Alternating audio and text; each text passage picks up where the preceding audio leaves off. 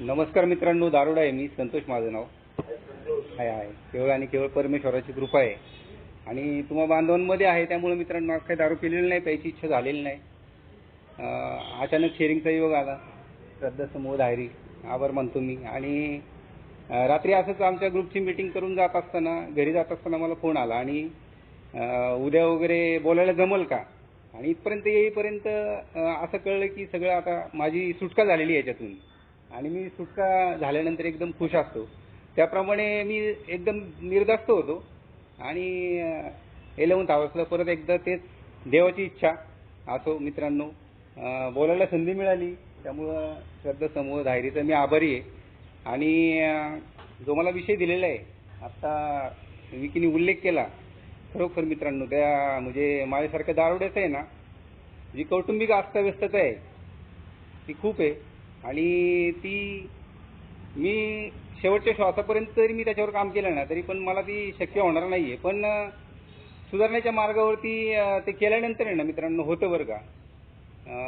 मी म्हणजे माझे अनुभव आहेत ते, आणि मी अनुभवातूनच सांगणार आहे. अल्कोहोलिक्स अनोनिमसमध्ये मी ज्यावेळेस आलो, हां धन्यवाद मित्रांनो, मगाशी एक अनाऊन्समेंट आली होती हिंदीमध्ये शेअरिंग करा म्हणून. मला हिंदीमध्ये शेअरिंग जरा अनकम्फर्टेबल होईल, त्यामुळे मी काय करू शकणार नाही आणि माझी लिंक तुटेल. त्यामुळं मी मराठीमध्येच बोलेल. तर त्यासाठी मी क्षमा मागतो. हिंदी बांधवांना समजून घ्या मला. तर मित्रांनो, मी ज्यावेळेस अल्कोहोलिक्स अनोनिमसमध्ये आलो होतो त्यावेळेस दारू हा प्रॉब्लेम घेऊन आलो होतो मित्रांनो. आणि इथं आल्यानंतर मला समजलं की दारू हा प्रॉब्लेमच नाही आहे माझा. तर बांधवांनी मला अनुभवातून सांगत होते, पण मी मान्य करत नव्हतो मित्रांनो. आता मी सांगणार नाही माझा अल्कोहोलिझम, कारण की सगळ्यांसारखाच माझा 19-20 असेल. पण नक्कीच मित्रांनो, तो मद्यपाश नावाचा आजार जो आहे तो मला झाला इथं आल्यानंतर समजलं. कारण की मी ज्यावेळेस माझ्या मित्रांमध्ये दारू पित होतो तर काही अंशी मला जाणवत होतं की मी यांच्यापेक्षा थोडा वेगळा आहे, मला थोडी जमत नाही. आणि खरोखर मित्रांनो, मला शेवटच्या काळामध्ये मला त्याचा अनुभव मी स्वतः घेतला. मी ज्यावेळेस 90 प्यायला जायचो आणि 90 वरती कधीच थांबलेलं नाही मित्रांनो. माझी सायकल सतत ठिबक सिंचनासारखी चालू असायची. शेवटचा काळ मला खरोखर अनुभव होतो, कारण की मी दारूला नाव ठेवणार नाही. प्रॉब्लेम माझ्यामध्ये आहे, कारण की ज्यावेळेस मी सुरुवातीला दारू प्यायला सुरू केली तर एक आनंद मिळाला त्याच्यातून काही माझ्यामध्ये भीत्या गेल्या, डेअरिंग आलं माझ्यामध्ये. बोलायचं जे माझं, मी कोणाबरोबर न बोलणारा माणूस दारू पिल्यानंतर एकदम पटपट बोलायला चालू करायचो. एखादं भांडण असेल किंवा कोणत्याही गोष्टीला फेस व्हायचं असेल तर मला त्या दारूनी खरोखर मला एकदम म्हणजे भीत्या घालवल्या आहेत माझ्या, आणि मला बिंदास करून ठेवलेलं होतं. पण ते कधी ज्यावेळेस मी 90 घेत होतो, प्रमाणात पित होतो त्यावेळेस. पण आपल्याकडे म्हटलं गेलेलं आहे वाढत जाणारा आजार, आणि तो जाणारा आजार जो आहे ना, तो मित्रांनो मला झाला.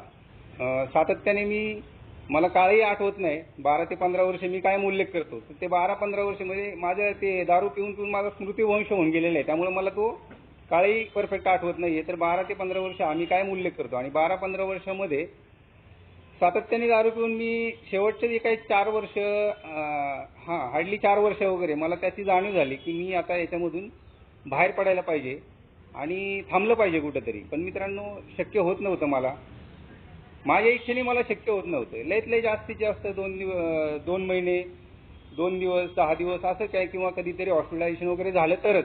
पण सतत विचार मात्र माझ्यामध्ये दारूचेच असायचे, जरी मी आजारी असेल किंवा एखाद्या कार्यक्रमामध्ये असेल. पण म्हणलं गेलेलं आहे आपल्या इकडं, अकाली मृत्यू नाही तर वेडेपण. तर ते वेडेपण, मृत्यूच्या दाराकडे तर मी ओढत चाललेलो होतो. आणि वेडेपणा तर माझ्यामध्ये पूर्ण त्या दारूचा वेळा झालो होतो मी. मला माझं त्याच्यामध्ये कुटुंब दिसत नव्हतं, मला माझी समाज दिसत नव्हता, माझं काम दिसत नव्हतं, माझी कर्तव्य दिसत नव्हती. आणि मी मात्र सतत त्या दारूच्या विचारांनी ग्रासलेलो होतो शेवटच्या 4 वर्षाच्या काळामध्ये. नोकऱ्या तर कमी केल्या मित्रांनो. माझ्यासारखा दारुडा आहे ना, खटाटोपी असतो. आणि मी ज्यावेळेस माझी शेवटची नोकरी एका कंपनीमध्ये परमनंट होऊन ती कंपनीच बंद केली त्या मालकाने. आणि त्यानंतर आम्हाला सगळा हिशोब वगैरे दिल्यानंतर मी धंद्यांमध्ये पडलो. एक छोटे मोठे व्यवसाय करत शेवटच्या काळामध्ये माझा हॉटेल व्यवसाय होता. म्हणजे चांगले व्यवसाय पण करून आलो मी. एकेकाळचा एकदम वेल सेटल इंडस्ट्रीयलमध्ये माझं वर्कशॉप होतं, आणि त्या वर्कशॉपमध्ये मी चांगला ग्रो केला होता. स्वतःची 4 व्हीलर होती, 2 व्हीलर होती, 8-10 लोक कामाला होती. आणि त्याच्यानंतर मात्र डाऊनफॉलला गेलो मी. त्याचं कारणही तसंच होतं की हा वाढत जाणारा आजार हा माझ्यामध्ये वाढत चाललेला होता आणि मी खाली खाली चाललेलो होतो. आणि ज्यावेळेस मित्रांनो मला जाणवायला लागलं की आता हे कुठंतरी थांबलं पाहिजे, पण मला थांबता येत नव्हतं. ज्यावेळेस मी दारू प्यायचो त्यावेळेस मी विचार करायचो की नाही राव, उद्यापासून सोडू. आणि त्या दिवशी मी खूप पिऊन घ्यायचो. तर तो उद्या माझ्या जीवनामध्ये कधी आलाच नाही मित्रांनो. आणि प्रामाणिक इच्छा असताना सुद्धा मला मार्ग भेटत नव्हता. आपलाच एक बांधव मला, ज्यावेळेस मी अल्कोहोलिक्स अनोनिमसमध्ये आलो 2019 26 जानेवारी, त्या दिवशी मी दुसऱ्यांदा आलो मित्रांनो. त्याच्या आधी मी 1.5-2 वर्ष आलेलो होतो. पण इथं सांगितलं होतं, बांधव सांगत होते पोटतिडकीने की ॲज एट वगैरे सांगतात किंवा जे माझ्याबरोबर झालेले जे रॉक बॉटम सांगत होते. आणि मी मित्रांनो त्याची तुलना केली, पडताळणी केली नाही. आणि ज्यावेळेस मला ह्या सगळ्या गोष्टींची 1.5 वर्षानंतर जाणीव झाली की काहीतरी हे असंच घडतंय माझ्याबरोबर सुद्धा. पूर्वी ते लोक सांगत होते. आणि पुन्हा एकदा त्या बांधवाने मला मीटिंगमध्ये आणलं आणि मीटिंगमध्ये आणल्यानंतर मला तो अनुभव म्हणजे जबरदस्त अनुभव. आता इथं चमत्कार वगैरे अभिप्रेत नाही, पण मी म्हणेल माझ्याबरोबर चमत्कार झालाय. कारण की मीच एक चमत्कार आहे. चमत्काराला नमस्कार करणारा माणूस आहे मित्रांनो. बाप दाखव नाही तर श्राद्ध घाला, असं माझं व्यक्तिमत्व आहे. आणि त्यावेळेस सुद्धा मी दारूची व्यवस्था करण्यासाठी ह्या फेलोशिपमध्ये त्या वर्गामध्ये आलो होतो. आणला गेलो होतो म्हणता येईल, कारण की त्या परमेश्वराचं काहीतरी नियोजन असेल माझ्याबद्दल. आणि त्या बांधवांनी मला कमिटमेंट केलं होतं की तुला, मी शेवटच्या काळामध्ये दारूसाठी पूर्ण अस्तव्यस्त झालो होतो. त्या बांधवाकडे भीक मागत होतो की मला 1000 रुपये दे, 500 रुपये दे. तर त्यांनी मला 1-1.5 तास लेक्चर देऊन नंतर कुठंतरी तयार झाला आणि म्हटलं ह्या चौकामध्ये या. आणि मित्रांनो पुन्हा एकदा मीटिंगमध्ये आलो. आणि आल्यानंतर जे दारूचे विचारांनी त्रासलेलो होतो, मी ग्रासलेलो होतो. आणि ते विचार माझ्यातून त्या मीटिंगमध्ये बसल्यानंतर त्या 1.5 तासाच्या मीटिंगनंतर कसे काय निघून गेले मला कळलं नाही मित्रांनो. आणि तो दिवस, ते आजचा दिवस मित्रांनो, ते ऑब्सेशन म्हणतात किंवा ते दारूचे विचारांना लागलेला आजार जो कधीही माझ्यातून जात नव्हता, तो थांबला मित्रांनो. कसा थांबला माहिती नाही मला. त्यासाठी मी म्हणून मला चमत्कार आहे माझा तो, माझ्यासाठी. आणि तेव्हापासून मी मित्रांनो आजपर्यंत म्हणजे जिवंत आहे मित्रांनो. काय केवळ आणि केवळ फक्त आहे ना, दारू पीत नाही म्हणून जिवंत आहे, नाहीतर मग मी कधीच मेलेलो असतो. आणि हे कौटुंबिक अस्तव्यस्तता जो माझा विषय दिलेला आहे मला, तर मित्रांनो या अस्तव्यस्तता होत्या का, तर नक्कीच दारू पिण्याच्या अगोदर सुद्धा होत्या. पण त्यावरती मला कुठंतरी, मी शुद्धीवरती होतो आणि मी कुठंतरी स्ट्रगल करत होतो किंवा माझ्यामध्ये अचिव्हमेंट ऑटोमॅटिक होत होतं. ते परमेश्वर मला देत होता, त्याची जाणीव मला होत नव्हती. आणि दारू पिण्याच्या काळामध्ये झाल्या का, तर त्या पण नक्कीच झालेल्या आहेत. कारण की दारू पिण्याच्या काळामध्ये मी कुटुंबाला वेळ दिलेला नाही. माझ्या मुलाबाळांचं काही शिक्षण असेल, त्यांचा आजारपण असेल, बायकोच्या काही गरजा असतील, हे सगळीकडे दुर्लक्ष करत होतो.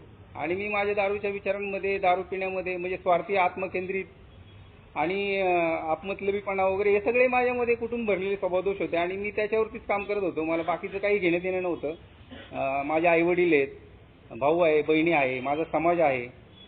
म्हणजे मी एक समाजाचा घटक आहे. मला कसं वागायला पाहिजे, कसं त्यांच्यामध्ये राहायला पाहिजे, त्यांच्या गरजा, माझ्या गरजा. तर ह्या सगळ्या गोष्टींपासून मी आहे ना अलिप्त होतो आणि दारूच्या पूर्ण आहारी गेलो होतो मित्रांनो. त्यामुळे मी कर्जबाजारीपणा म्हणा, हे नातेसंबंध बिघडणे, ह्या सगळ्या गोष्टी म्हणजे आहे ना शारीरिक खचलेलो होतो. तर ह्या सगळ्या अस्तव्यस्तच आहे मित्रांनो. मला दिलेला विषय आहे कौटुंबिक अस्तव्यस्तता. तर कौटुंबिक अस्तव्यस्ततेमध्ये हे सगळे येतात. कारण की ज्यावेळेस अल्कोहोलिक्स अनोनिमसमध्ये आलो तर मी दारू थांबली माझी मित्रांनो. इथं आपल्याकडे म्हटलं जाते की दारू हे माझं बाह्य लक्षण आहे. तर खरोखर आहे मित्रांनो, दारू हे माझं बाह्य लक्षण आहे हे मला नंतर कळलं. आणि मला तर वाटलं की दारू हाच माझा प्रॉब्लेम आहे. आता मी हे सगळं अचीव करू शकतो आणि सगळं व्यवस्थित होईल. पण तसं झालं नाही मित्रांनो. कारण की ज्यावेळेस मी पाहतो माझा तो 1-1.5 वर्षाचा कालावधी अल्कोहोलिक्स अनोनिमसमध्ये आलो, जे आपल्याकडे म्हणतात पिंक क्लाउडचे वगैरे दिवस, मी ते पण बघितलेले आहेत. कारण की मला वाटलं की दारू हा माझा प्रॉब्लेम आहे, आता सगळं मला व्यवस्थित होणार आहे. लात मारायला तिथं पाणी काढणारा माणूस आहे मी. आणि मीटिंग करत होतो. जी अस्तव्यस्तता कौटुंबिक करून ठेवली होती ती तशीच होती. पण जरा थोडा शुद्धीवर आल्यानंतर माझी घाई गडबड, आपल्याकडे प्रॅम्बलमध्ये सुद्धा म्हणजे सगळं मला अगोदरच लिहून ठेवलेले आहे, अगोदरच सांगितलेले आहे. घाई गडबड, अनिर्णायकता, हेही दिवस जातील वगैरे हे सगळं सांगितलेलं आहे. पण हे कशा पद्धतीने घ्यायचं, कसं काय करायचं याचं काहीच माझ्यामध्ये अवेअरनेस नव्हता. आणि मी माझ्या इच्छेने सगळं चाललेलं होतं. आणि इथे यायचो, बसायचो, काही बांधव शेअरिंग करायचे आणि त्यांच्या याच्यामधून शेअरिंगमधून मी काय घ्यायला पाहिजे, काय नाही घ्यायला पाहिजे ते सांगतात की चांगलं घ्या आणि वाईट सोडून द्या. पण मित्रांनो चांगलंही कानावर पडत होतं, काही गोष्टी मला पटतही नव्हत्या माझ्या मनाप्रमाणे. काही अंशी तो दुसऱ्याबद्दल किंवा त्याचा अनुभव सांगत असेल तर मी ते तुलना करत होतो किंवा काही गोष्टी निग्लेक्ट करत होतो. आणि मला जाणवलं ते प्रकर्षाने की कुठंतरी आपली गडबड होतीये. आणि ज्यावेळेस मी हे सगळं ऐकत असताना माझं मन जागेवर नसायचं आणि मी वेगळ्या पद्धतीने घ्यायचो. आणि नंतर मग कुठंतरी वाटायला लागले की बाबा आपल्या अस्तव्यस्तता ह्या खूप आहेत, याच्यावरती काम करायला पाहिजे. पण मी करत नव्हतो. आणि माझा मात्र एकच आट्टास असायचा की आता हे सगळं माझं व्यवस्थित होणार आहे. मीटिंगमध्ये आलेलो आहे, माझी दारू थांबलेली आहे आणि मलाही असंच ह्या बांधव शेअरिंग करतात त्यांच्याप्रमाणे गाडी, बंगला, हे सगळ्या म्हणजे मी मटेरियलिस्टिकमध्ये भौतिक गोष्टींकडे माझं जास्त लक्ष होतं. कारण की माझी अस्तव्यस्तता सगळ्यात महत्त्वाचा पार्ट असतो दारुड्याचा, तो म्हणजे आर्थिक अस्तव्यस्तता. आणि ती माझी व्यवस्थित झाली की मी सगळं आलबेल करू शकतो. पण इथं महत्त्वाचा पार्ट म्हणजे आध्यात्मिक आजार जो सांगितलेला होता त्याच्याशी माझं काही घेणं देणं नव्हतं. मी माझ्याप्रमाणे माझ्या हिशोबाने मी चांगलं आहे ह्याच्यातच मला बरं वाटत होतं. पण 1 वर्ष घालवलं मित्रांनो आणि काही झालं नाही. कारण की आपल्याकडे कृतीचा कार्यक्रम सांगितलेला आहे. ती कृती मी योग्य कृती करत नव्हतो. फक्त खुर्ची गरम करायची, चहा प्यायचा, बाहेर जाऊन हे आपली जी मीटिंग चालते बाहेरची, तर त्याच्यामध्ये मस्तपैकी इकडचं तिकडचं गप्पा मारणे, कुठं मीटिंगला जायचं, कुठं काय असेल तिकडे जाण्याचा मात्र भाग घ्यायचो मी. पण हेतू काय, फिरायचे वगैरे, काहीतरी खायला प्यायला भेटन हेच हेतू असायचे मित्रांनो. मला बाकीचं काही घेणं देणं नसायचं. आणि असं चालत असताना ज्यावेळेस मला वाटलं की कुठंतरी हे गडबड होतीये, माझ्या जीवनामध्ये काय येत नाहीये. बांधव तर सांगतात माझं असं झालं, माझं तसं झालं, पण अरे तू ऐक ना की बाबा हे योग्य कृती करतात आहे, मला योग्य कृती करायला सांगतात आहे आणि मी करत नाही. तर मित्रांनो हे कुठंतरी बॅक ऑफ माइंड आहे ना, 1-1.5 वर्ष ह्या गोष्टीला लागले. आणि त्याच्याबरोबरच ज्यावेळेस मी दारू जो पित होतो, आता मी माझं मद्यपान सांगितलं नाही जास्त, कशी दारू पिलो, किती दारू पिलो, फक्त मी टाईम ऑफ पिरियड सांगितला आणि 19-20चा फरक सांगितला. पण ह्या दारू पिण्याच्या काळामध्ये ना माझ्यासारख्या दारुड्याला ना काहीतरी सबस्टिट्यूट लागत असतं. तर त्या सबस्टिट्यूटमध्ये आपल्याला मानवजातीला म्हणा किंवा प्रत्येक सजीवाला 3 प्रवृत्ती दिलेल्या आहेत: सामाजिक प्रवृत्ती, सुरक्षा प्रवृत्ती आणि लैंगिक प्रवृत्ती. तर मित्रांनो सामाजिक प्रवृत्ती ही समाजाचा मी घटक आहे. त्या समाजामध्ये मी कसं राहिलं पाहिजे, त्यांच्याबरोबर कसं फेस केलं पाहिजे आणि त्याच्यामध्ये माझा समाज, माझं कुटुंब असेल, माझे नातेवाईक असेल, माझे आईवडील असेल, बहीण भाऊ असतील, अनेक कामाच्या ठिकाणचे, धंद्याच्या ठिकाणचे. तर ह्याच्यामध्ये ना माझी मी सामाजिक प्रवृत्ती कशी जपली पाहिजे, तर ह्याचं मला काही भान नव्हतं मित्रांनो. एकेकाळी होतं, एकेकाळी जो संतोष घरामध्ये, माझ्या गावामध्ये नावाजला जायचा आणि नंतर मग त्यातच काहीतरी तो प्रतिष्ठा पार्ट माझ्यामध्ये आला आणि मी भरकटत गेलो. आणि दारू नंतर तर हे सांगितलं होतं ते फक्त हे होतं, बाह्य लक्षण होतं. आणि त्यानंतर माझं मूळ म्हणजे प्रॉब्लेम होता, म्हणजे माझे स्वभाव दोष आणि माझा मीच होतो मित्रांनो, मूळ प्रॉब्लेम. आणि त्या समाजामध्ये सामाजिक प्रवृत्ती मी व्यवस्थित जपत नव्हतो, माझ्या इच्छेप्रमाणे मी सगळं चालवायचो. तसंच दुसरा पार्ट जो सुरक्षा प्रवृत्ती सांगितलेला आहे, तर ती सुरक्षा प्रवृत्ती म्हणजे जे मानवाला पाहिजे, अन्न, वस्त्र, निवारा, या पूर्वी मूलभूत गरजा होत्या, आता गरजा भरपूर वाढलेल्या आहेत. त्या गरजांपेक्षा मागण्या जास्त झालेल्या आहेत माझ्या मित्रांनो. तर त्यासाठी मला आहे ना, माझ्या कुटुंबासाठी मला पैसा कमवला पाहिजे. काही त्यांच्यासाठी बाबा दवाखाना असेल किंवा काही त्यांचं शिक्षणं असतील मुलांची, माझ्या काही गरजा असतील किंवा आईवडिलांसाठी माझं काहीतरी कर्तव्य आहे, त्यांनी मला जन्म दिलेला आहे.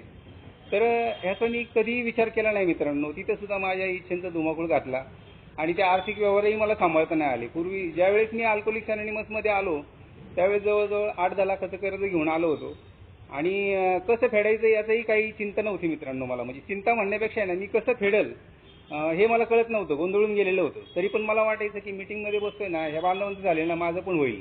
मला वाटायचं की जसं दारू थांबली तसं चमत्कार झालाय ना, तसं याच्या बाबतीत सुद्धा होणार आहे. मला कुठून तरी असं एकदम अचानक पैशाचं गाठोडं किंवा एखादं सोन्याचं वगैरे काहीतरी मडकं वगैरे भेटणार आहे, असं माझ्या काहीतरी संकल्पना होत्या. आणि तसं काही शक्य नाही आहे मित्रांनो. इथे ना मला योग्य कृती करायला लागती आणि कामच करावं लागतं. मला माझ्यावरती काम करायला लागतं, माझ्या कुटुंबासाठी, माझ्या कार्यक्षेत्रामध्ये व्यवस्थित काम करायला लागतं. जो सांगितलेला आहे प्रामाणिकपणा, तर तो प्रामाणिकपणा सगळ्यात महत्त्वाचा आहे माझ्यासाठी. आणि तो प्रामाणिकपणा जर असेल ना माझ्यामध्ये, तर सगळी कामं योग्य होतात किंवा तो परमेश्वर देतो मित्रांनो.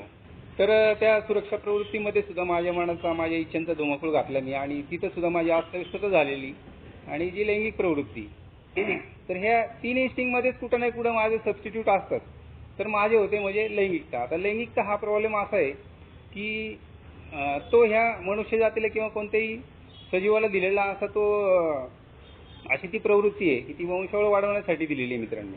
आणि आपल्या समाजामध्ये विवाह संस्कृती हा प्रकार आहे की जेणेकरून प्रत्येकाचे आई वडील किंवा कोणाचं काय लव्ह मॅरेज असेल काय असेल तर ते नवरा बायकोचं नातं असतं आणि ती वंशावळ वाढवण्यासाठी ती प्रवृत्ती आहे मित्रांनो. पण मला माझ्यासारख्या दारुड्याला नाही सबस्टिट्यूट म्हटलं ना मगाशी मी त्याप्रमाणे, तर दारू नंतर आहे ना माझ्या डोक्यामध्ये काय नाही काही किडे वळवळ करत असत. मी कुठंतरी फिरायलाच जाईल, मी कुठंतरी काही करत असतो माझ्यासारखा. म्हणजे प्रत्येकाच्या वेगळ्या त्या संकल्पना आहेत. तशी ती माझ्यामध्ये आहे ना लैंगिक प्रवृत्ती जागृत व्हायची आणि मी मग कुठं रेड लाईट एरिया म्हणा किंवा इकडं तिकडं हे असे माझे काहीतरी भ्रामक कल्पना आणि मी ते सगळं करायचो मित्रांनो. केलेलं आहे त्यामुळे सांगायला लाज वाटत नाहीये. कारण की अल्कोहोलिक्स अनोनिमसचा कार्यक्रम आहे ना मला अनुभवातून शिकवलेले आहे. आणि जी काही भ्रातृभाव संघटना किंवा समदुःखी आहेत ना, तर मला सुद्धा काही बांधवांनी आहे ना हे अनुभव त्यांनी शेअर केले. त्यावेळेस कुठेतरी माझ्यामध्ये हे डेअरिंग आली. ज्यावेळेस 4थी 5वी पायरी घेतली ना मी किंवा घ्यायच्या अगोदर हे सगळे भीत्या होत्या माझ्यामध्ये की मी हे कसं सांगू. कारण की बाहेरच्या जगामध्ये मी सांगू शकत नाही मित्रांनो. आज काही वेलविषर असतील त्यांना काहीतरी वेगळं वाटेल की राव ही कोणती संघटना आणि हे काय असं काहीतरी बोलते वगैरे. तर मित्रांनो जो पार्ट झालेला आहे दारुड्याबद्दल, कारण की दारुड्याला आहे ना जो आजार आहे एखादा डायबिटीज किंवा कोणता दुसरा कॅन्सर वगैरे आजार असेल ना तर त्याला तिथे आहे ना त्या माणसाला तिथे व्यवस्थित त्याची काळजी घेतली जाते, त्याला दवाखान्यात नेलं जातं, त्याला कोणते ज्यूस पाजले जातात किंवा त्याची विचारपूस केली जाते. पण मद्यपान नावाचा हा आजार आहे ना मित्रांनो इथं कोणीही विचारत नाही त्या दारुड्याला, उलट असं ढकलतात मित्रांनो. माझ्याबरोबरही ते झालेलं आहे. कारण की मी समाजातून मी पूर्ण फेकला गेलेलो होतो. प्रेमाचा पारखा मायेचा भुकेला सगळं झालेलं होतं. पण ह्या बांधवांनी मला जवळ घेतलं कारण की हे माझ्यासारखेच समदुःखी होते आणि त्यांनी माझं दुःख जाणलं. तो आजार त्यांना झालेला होता, तो मला झालेला आहे, ते प्रकर्षाने त्यांना जाणवत होतं. म्हणून तो बांधव माझ्यासाठी ना 1.5 वर्ष सातत्याने झगडत होता. आता मग शेअरिंग करत होता इथं की सेवेचा पार्ट. तर खरोखर आहे मित्रांनो. कारण की सेवा आहे ना, जर सेवा केली ना तर मग म्हणजे कोणत्या ना कोणत्या माध्यमातून भेटत असतं आणि प्रत्येकाचं काहीतरी हे असतं, प्रत्येकामध्ये काहीतरी गट्स असतात की मला हे काम करायचं. आणि परमेश्वराने प्रत्येकाला कोणत्या ना कोणत्या कार्यासाठी निवडलेले मित्रांनो. तर मला बांधव ना त्यावेळेस शेअरिंग करत होते, सांगत होते. तर तो माझा लैंगिकता पार्ट ते सबस्टिट्यूट मी आहे ना एवढं मला भरकटत घेऊन गेलं. कारण की दारूच्या पिण्याच्या काळामध्ये माझ्याकडे पैसा भरपूर यायचा, छोटे मोठे व्यवसाय करायचे, त्यामुळे ताजा पैसा असायचा. आणि हे सगळं करण्यासाठी मला आहे ना मी अगोदरच म्हटलं कुटुंबाकडे माझं दुर्लक्ष होतं. मी एकदा भरकटलो ना की 2-2, 3-3 दिवस बाहेरच, मग तिकडे पैसे संपेपर्यंत बाहेर दारू पिणे, मजा मारणे, ह्या सगळ्या गोष्टी चाललेल्या होत्या मित्रांनो. आणि ज्यावेळेस माझा डाऊनफॉल झाला आणि हा आजार माझा बळावत गेला, पूर्ण भिकारी झालो मित्रांनो. जसं म्हटलं मगाशी मी 8-10 लाख रुपये कर्ज घेऊन आलो होतो, कुणीही पैसे द्यायला तयार नाही. माझीच मला दारूची व्यवस्था करायला मला अवघड व्हायला लागलं मित्रांनो. तर कुटुंबामध्ये कलह चालू झाले, धंदा पूर्ण म्हणजे डुबलाच म्हणायला लागेल. आपल्याकडे म्हणले गेले ते बिल डब्ल्यूनी वगैरे, ती दिवाळखोरी वगैरे, म्हणजे काहीतरी 19-20 मगाशी म्हणल्याप्रमाणे म्हणजे प्रत्येकाचं आहे ना कोणी नोकरी करत असेल, कोणी व्यवसाय करत असेल, तर प्रत्येक कार्यक्षेत्रामध्ये ना माझ्यासारख्या दारुड्याचं आहे ना हे असा अपडाऊन चालतच असतं. आणि शेवटला जो काही रॉक बॉटम सांगितलं ना ते रॉक बॉटम मित्रांनो मला ते दिसत होते. पूर्ण डाऊनफॉलला चाललेलो होतो. आणि कुटुंब कधी बरोबर असायचं, कधी माहेरी गेलेलं असायचं, मुलं मोठ्यांली होते, त्यांची काही चिंता नाही आहे कारण की कळते सगळं मुलांना. आणि हे माझे सगळे स्वैराचार चालूच आहेत मित्रांनो. शेवटच्या काळामध्ये दारू पिण्याची व्यवस्था करण्यासाठी पैसे नाही, तर ह्या बाकीचे सबस्टिट्यूट मी कसे काय शौक पूर्ण करणार आहेत.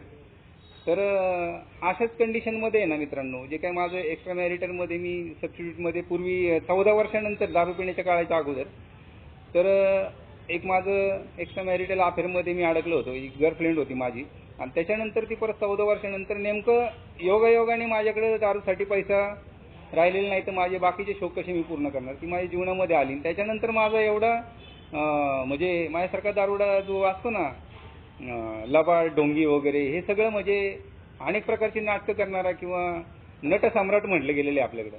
तर ते मी सगळी नाटकं समोर हे करून आहे ना ते समोरच्याला कसं वश करायचं ती सगळी कला माझ्याकडे होती मित्रांनो. मग मी इमोशनली होऊन म्हणा किंवा काही ठिकाणी मी किती चांगलं आहे वगैरे दाखवण्याचा प्रयत्न करून, तर ज्या व्यक्तीबरोबर माझं ते एक्स्ट्रा मॅरिटल चालू झालं मग माझी व्यवस्था पूर्ण झाली, कारण की बाहेर मी जाऊ शकत नव्हतो. मग ते तिच्याबरोबरच फिरणं वगैरे, आणि ती चांगली IT क्षेत्रामध्ये एका ठिकाणी कामाला होती, त्यामुळं पैसे मजबूत होते, बँक बॅलन्स होता आणि मी विश्वास संपादन केला. तिने माझ्यावरती लगेच विश्वास ठेवला नाही. जवळजवळ 6-7 महिने लागले आणि मी असं दाखवलं की 6-7 महिने एकदम मी व्यवस्थित आहे, तुझी काही गरज नाही वगैरे, मी पण चांगलं सेटल आहे वगैरे, असं काहीतरी दाखवायचा प्रयत्न केला.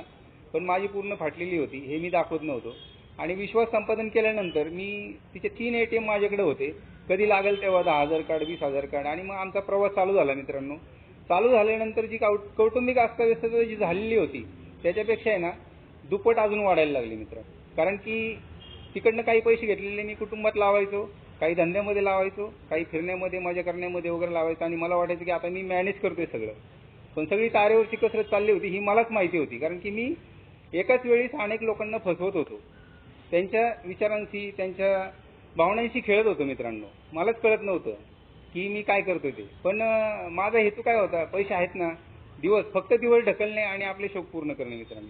तर सगळी व्यवस्था होत होती आणि हळूहळू अजून त्याच्यामध्ये चाललेलो होतो. अशामध्ये मित्रांनो हा काळ आहे ना, ज्यावेळेस मी एक्स्ट्रा मॅरिटल जे चालू झालं तर त्यावेळेस मी दारू पित होतो. पण त्याच्यामध्येच ना अल्कोहोलिक्स अनोनिमसचं डाऊनफॉल, जसं मी म्हटलं, डाऊनफॉल चालू झाल्यानंतर मला जाणीव व्हायला लागली की आता इथं सुद्धा मी अडकत चाललेलो आहे. काही गोष्टी मी, कारण की ब्लॅकआउटमध्ये माझ्या सगळ्या दारुड्या प्रमाणात पिता येत नाही, ब्लॅकआउटमध्ये जायचो, इकडनं तिकडनं फिरून यायचो किंवा फोनवरती बोलायचं वगैरे असायचं माझं. हॉटेल धंदा शेवटच्या काळामध्ये 11 वाजेपर्यंत वगैरे 12 वाजेपर्यंत हॉटेलवर असायचो आणि ते चालूच असायचं माझं.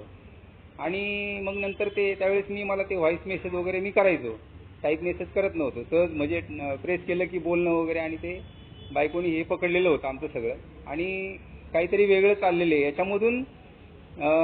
मला काही समजायचं नाही, कारण की मी ब्लॅकआउटमध्ये, आणि दुसऱ्या दिवशी मला ते जाणवलं की हे कळलेलं आहे बायकोला वगैरे. तिचे थोडेसे बिहेवियर चेंज व्हायला लागले आणि थोडे वादविवाद व्हायला लागले, आणि तिच्याबरोबर तर भेटणं चालूच होतं मित्रांनो माझं. हे मी तिकडे शेअर केलं. मग आमच्यामध्ये लगेच प्लॅनिंग तयार झाले की आता याच्यातून वाचायचं कसं. मग मी माझ्या हॉटेलमध्ये तिला पार्टनरशिपमधून घेतलं, अजून काही पैसे उकळले आणि तिच्याकडून, आणि त्याच्यानंतर माझी काही छोटी मोठी थोडीशी सावकारी जे माझ्या रोज दरवाजात यायचे त्यांना 10,000 दे, 20,000 दे, असं करून करून मी सगळ्यांची तोंड गप्प केली. त्याच्यामध्ये बायकोचंही तोंड गप्प केलं. सगळ्या कुटुंबामध्ये माझ्या आई वडील, भाऊ, सगळ्या माझ्या नातेसंबंधामध्ये हा प्रसार झाला की बाबा हे असं यांचं लफडं आहे. आणि आता त्याला ते नाव देतात की आम्ही पार्टनरशिपमध्ये वगैरे आहे, आणि बायको तर मला म्हणायची माझ्याकडे पुरावा आहे वगैरे. आणि मी भीतीग्रस्त होतो मित्रांनो, कारण की त्या पुरावा आहे आणि मलाही कुठंतरी जाणवत होतं की तिने माझ्या मोबाईलवरून घेतलेले वगैरे. तर भीतीग्रस्त होतो मी, पण तरीसुद्धा खोटं बोलायचं, पण रेटून बोलायचं, किंवा असे काहीतरी माझे प्रकार असतात ना, तर त्याला सपोर्ट काही अंशी जिच्याबरोबर माझे अनैतिक संबंध होते तिने सुद्धा मला पाठबळ दिलं होतं. काही गोष्टी डेअरिंग होतं त्याच्यामध्ये, आणि मी चाललो होतो, वावतच चाललो त्याच्यामध्ये, घाबरलो नाही. फार चौकीपर्यंत मॅटर गेला. तर हा मॅटर कधी गेला, ज्यावेळेस अल्कोहोलिक्स अनोनिमसचा मेसेज भेटून 1 वर्ष झाले होते जवळजवळ, आणि हे सगळं माझं चाललेलं होतं. ही अस्ताव्यस्त चाललेलीच होती मित्रांनो. आणि त्याच्यानंतर चौकीपर्यंत मॅटर गेला. मग कुठेतरी मला वाटायला लागलं मी अजून घाबरून गेलो, आता करायचं काय. म्हणजे चौकी वगैरे हा प्रकार माझ्या आयुष्यातला पहिल्यांदाच. पण त्याच्यात सुद्धा कुठेतरी मॅनेजमेंट सगळं व्यवस्थित झालं, ओळखीने वगैरे काही पैसे देऊन वगैरे ते मॅनेज केलं, आणि आमच्यामध्ये ते काही व्यवहार झाले, एकमेकांपासून बाहेर झालो, आणि असंच चाललेलं होतं सगळं. शेवटी बायको जे मद्यपाशाच्या माझ्या काळामध्ये, दारू पिण्याच्या काळामध्ये मला झेललेलं होतं, तसंच ह्या काळामध्ये सुद्धा झेलत होती मित्रांनो. तर तिच्या जागेवर जर मी असतो ना तर कधीच वाट लावून टाकली असते मित्रांनो. पण तिने संयम, म्हणजे बायकांकडे संयम असतो, सगळ्या काही गोष्टी असतात, समजून घेतात, आणि तिने परत एकदा मला चान्स दिला. परत एकदा माझ्याबरोबर काम करायला लागले. आम्ही दोघेजण नवरा बायको ते हॉटेल व्यवसाय व्यवस्थित चालवायला लागलो. हॉटेल व्यवसायाला परत उभारी यायला लागली, आणि 4 महिन्याचा कालावधी गेला असेल मित्रांनो. परत एकदा ती डायरेक्ट, कारण की आमचं हे ज्या चौकीमध्ये आमचं हे सलोखा झाला होता, कॉम्प्रोमाइज झालं होतं, त्या चौकीमधल्या पोलिसांनी सांगितलं होतं की हे तुम्ही काय असेल ना ते तुमच्या, कारण की मी ज्या ठिकाणी हॉटेल होतं त्याच ठिकाणी वरती त्या बिल्डिंगमध्ये राहत होतो, खाली हॉटेल होतं, आणि हे सगळं माझं एकदम बिनधास्तपणे चाललेलं होतं की वरती माझी मुलं राहतात. मुलगी त्यावेळेस 12वीला होती, मुलगा 10वीला होता. ती मुलं लहान नव्हती, त्यांना सगळ्या गोष्टी समजत होत्या मित्रांनो. आणि हे सगळ्यांनी माफ केलं, सगळे एकत्र राहत होतो. आणि त्याच्यातून हे सगळं मॅटर झाल्यानंतर त्या पोलिसांनीच आम्हाला सांगितलं की तुम्ही एकत्र राहू नका, काय असेल ते बाहेरून मी पाहिजे तर सपोर्ट करतो तुम्हाला, कधी अडचणीत आलाच तर. आणि तशा प्रकारे झालं मित्रांनो. आणि 4 महिन्यानंतर मी पण थोडंसं, कारण की मीटिंगमध्ये ऐकत होतो पण मी कृती करत नव्हतो, पण कुठंतरी बॅक ऑफ माइंड माझं होतं की राव थांबलं पाहिजे. तर मी थोडंफार डिले केलं होतं. तर 4 महिन्यानंतर आहे ना, थोडंफार म्हणजे मी 2-3 दिवस तिच्याबरोबर बोललो नव्हतो फोनवरती. तर 4 महिन्यानंतर ती डायरेक्ट येऊन धडकली होती हॉटेलमध्ये. माझी बायको आणि मी हॉटेलवरती काम करत होतो आणि डायरेक्ट समोर आल्यानंतर एका क्षणात होत्याचं नव्हतं झालं. म्हणजे मानसिक स्थिती बिघडायला एक क्षणाचा विलंब लागत नाही मित्रांनो. मी तर भीतीग्रस्त झालो, पण आता काय होईल, याच्यानंतर काय प्रकार होतील, कारण की कुठंतरी सलोखा निर्माण झाला होता. बायकोबरोबर काहीतरी ढोंगीपणा, नाटकीपणा कुठंतरी आतमधून वाटतही होतं सुधरावं. पण ती आल्यानंतर घाबरलो मी.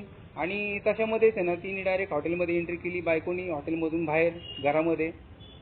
ती 2 तास खाली आली नाही. ही जायची तयारी नाही, कारण काही पैसे मी घेतलेले होते. आर्थिक अडचणीत अडकलेलो होतो आणि थोडंसं ती डॅशिंगमध्ये होती. काही रोडवरती सुद्धा काही तमाशा घालू शकत होती. त्यामुळे मी ते सगळं व्हायचं नाही म्हणून मी गप्प बसलेलो होतो, कैचीत अडकलेलो होतो.